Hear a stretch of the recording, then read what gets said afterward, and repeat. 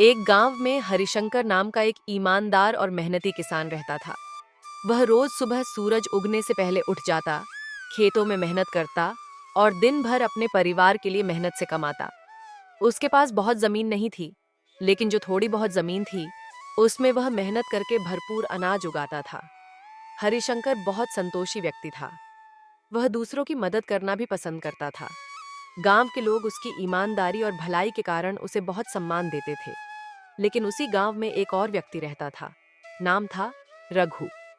रघु बहुत चालाक और लालची था। वह हमेशा जल्दी अमीर बनने के रास्ते खोजता रहता। उसे हरिशंकर से जलन थी, क्योंकि गांव वाले उसकी बहुत तारीफ करते थे। एक दिन रघु ने योजना बनाई कि वह हरिशंकर की जमीन हथिया लेगा।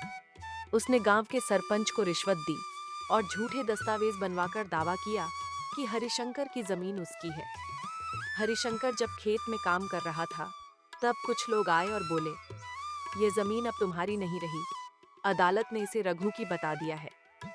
हरिशंकर को बहुत दुख हुआ।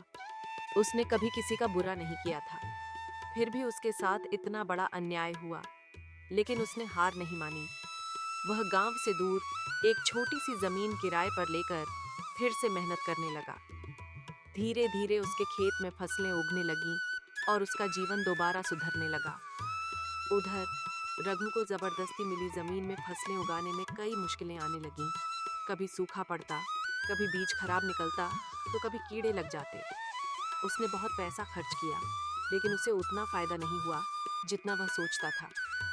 एक दिन तेज बारिश हुई और सारा खेत पानी में डूब गया। रघु की सारी मेहनत बेकार हो गई। वह हताश हो गया और गांव के मंदिर में जाकर बैठ गया।